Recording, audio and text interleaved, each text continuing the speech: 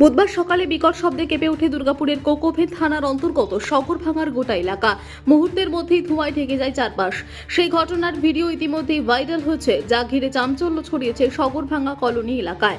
আমি হঠাৎ এই পাড়াতে ছিলাম না, আমি সাইডে ছিলাম, দেখছি হঠাৎ আওয়াজ উঠছে দুমদাম করে। তারপর সাইডে এসে দেখছি যে ভারী বাস হচ্ছে, পুরো একদম পরিবেশনে ভর্তি হয়ে গেছে। তারপরে এসে দেখছি ভারী বাস হচ্ছে। তারপরে আমরা ভিতরে গেলাম, ভিতরে গিয়ে দেখলাম যে কারো কিছু লাগেনি, ওই শুধু একটু গাড়ি জ্বালাজালি হয়েছে, জ্বলেছে।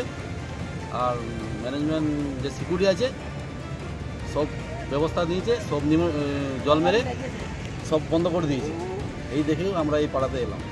এই যে কারখানা বন্ধ হয়ে গেলে ভালো হবে আমার সব কিছু তো আমরা প্রায় অসুবিধা হচ্ছে। কেন হচ্ছে এরকম? আরো সবার হলো, এখনো হচ্ছে। কেন হচ্ছে? তাহলে বারবার কেন হবে? মানুষ যখন মরবে তো বাঁচার জন্য করছে কারখানাটা, বিপদে রাখার জন্য না মরার জন্য করছে কারখানাটা। কারখানা বন্ধ হয়ে গেলে ভালো হবে আমার। স্থানীয়দের অভিযোগ, একটি বেসরকারি কারখানার ভাটির ব্লাস্ট থেকে এই বিপত্তির সূত্রপাত।